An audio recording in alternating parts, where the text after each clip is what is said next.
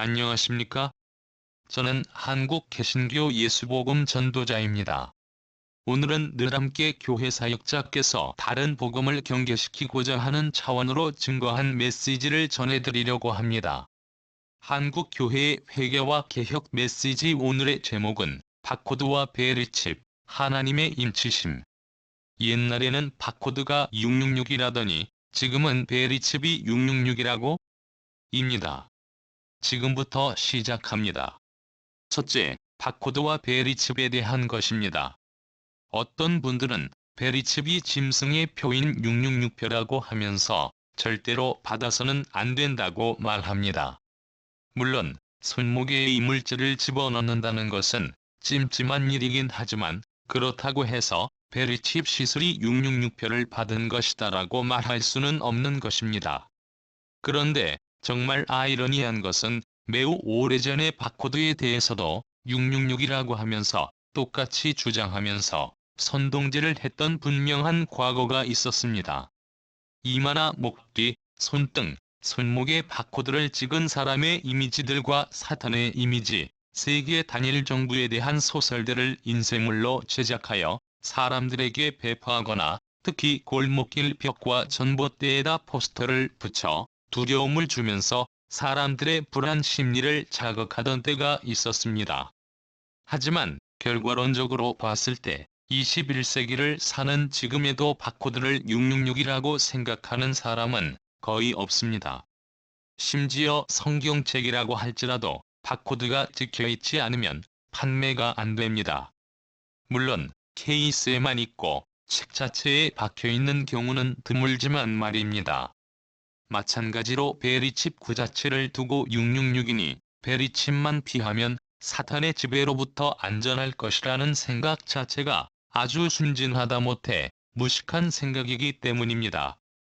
오히려 어떤 면에서는 하나님이 아닌 하나님에게서가 아닌 모든 것이 사탄적이고 세속적이며 악한 것이라고 말할 수 있겠습니다. 세상은 원래 악해서 기독교인들을 어떻게든 유혹하고 핍박할 생각을 하는 게 당연할는지 모릅니다. 특정한 어떤 세력이나 어떤 물질만 사탄적이라는 게 아닙니다.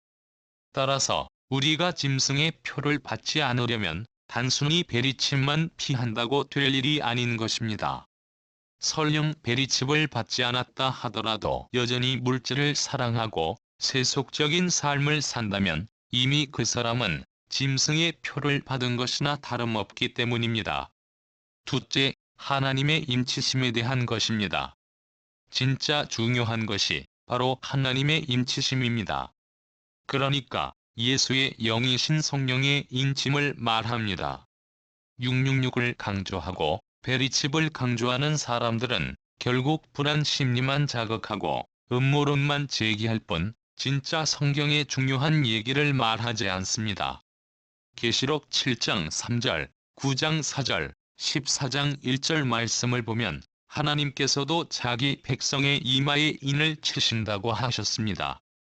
그렇다고 해서 이마에 무엇을 묻히고 다닌다는 얘기가 아닙니다.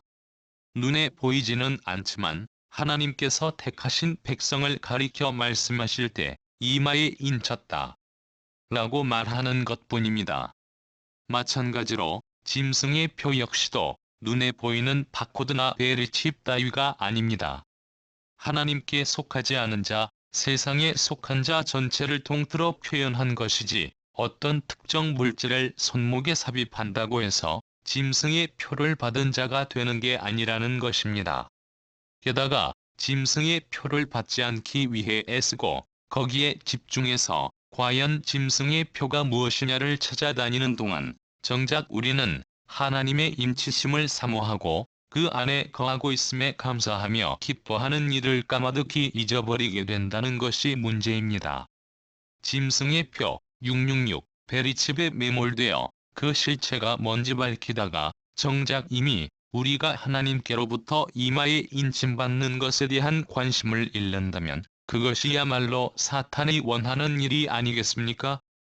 하나님은 구원받을 자 14만 4천의 이마에 어린 양의 이름과 아버지의 이름을 쓰셨다고 계시록 14장 1절에서 말씀하셨습니다. 물론 14만 4천은 상징적인 숫자임을 잊지 말아야 합니다. 다시 말해서 인침을 하셨다는 것은 구원받을 자를 짐해두셨다는 의미이고 너는 내 것이다.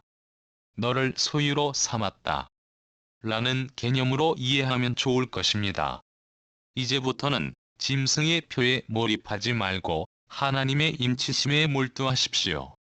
그리 되면 짐승의 표를 받을 수가 없습니다. 하나님의 택함을 받아 그분의 자녀가 된 자는 결코 구원에서 탈락될 수가 없기 때문입니다. 여기까지입니다. 한국 개신교 및 독립교회 그리고 가난 성도 여러분. 참고로 저는 과거의 세대주의 전천년 광신자였고 바코드와 베리칩 맹신자였습니다.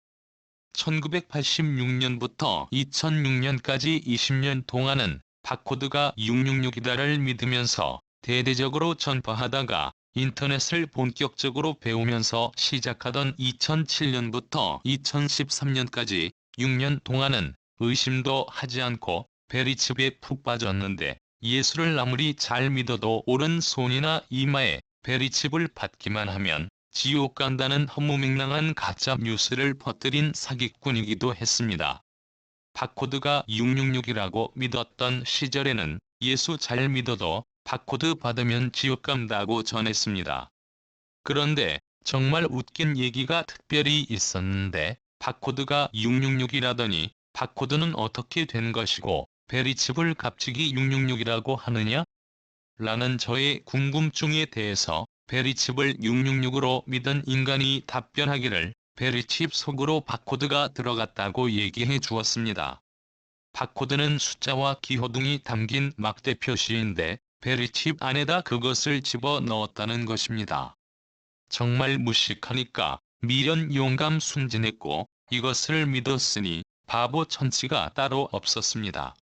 그런데 코로나19가 창궐하던 때에 인터넷이나 언론 보도를 통해서 나온 얘기 중에는 백신 속에 베리칩이 들어갔으니 맞지 말아라 라는 황당한 개소리가 인터넷 공간을 달궜습니다.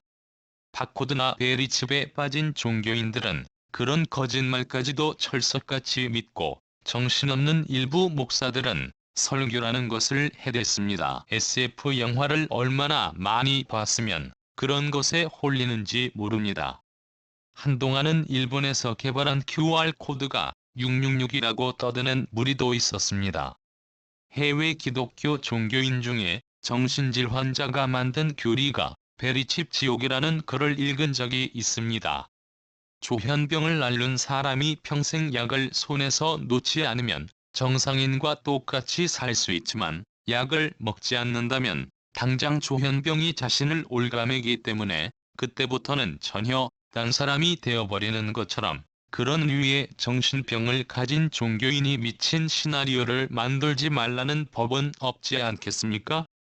아니 더 정확하게 말씀드린다면 현실과 전혀 동떨어진 가상현실의 SF 영화를 자주 보다 보면 정신병이 없다고 하더라도 현실감은 떨어지고 상상력은 뛰어나게 발동되어서 사이버 공간에 갇힌 채 말도 되지 않는 중말론을 성경과 짜깁기 하거나 가감시켜 만들어낸다는 것입니다. 인터넷 동서남북 아무 공간에나 굴러다닌 것을 가지고 한국 교회에서 설교하는 것을 보면 정말 제대로 가짜 뉴스에 미쳤다는 생각을 하게 합니다. 세대주의 전천년에 미친 한국 교회 개교회는 374개 교단의 약 95%에서 98%까지 된다고 하니 정말 놀랄 일이 아닐 수 없습니다. 제 유튜브방에는 여기에 대한 메시지가 많으니 제목을 찾아서 청취해 주시면 대단히 감사하겠습니다. 성령의 인치심과 악령의 인침은 보이지 않는 어떤 표식입니다. 다른 복음을 쫓는 우상 숭배자는 악령의 인침을 받는 것이고 참예수 바른 복음만을 받아 믿는 성도는 예수의 인침을 받는다고 믿으시면 됩니다. 절대로 666 짐승의 표는 물질로 만든 것이라든지 눈으로 볼 수 있는 표가 아님을 반드시 아셔야 할 것입니다. 바코드가 베리칩으로 쏙 들어갔다. 베리칩이 코로나 백신 속으로 쏙 들어갔다. 새빨간 거짓말이 보이십니까? 그럼에도 속는 지체가 많습니다. 시각장애우를 위한 오디오와 청각장애우를 위한 한글 텍스트를 한국교회 그리스도인 사역자 누구라도 주변에 가까이 계시는 분들을 위해 다양한 방법으로 친절한 안내를 부탁드리겠습니다. 끝까지 참여해 주셔서 감사합니다.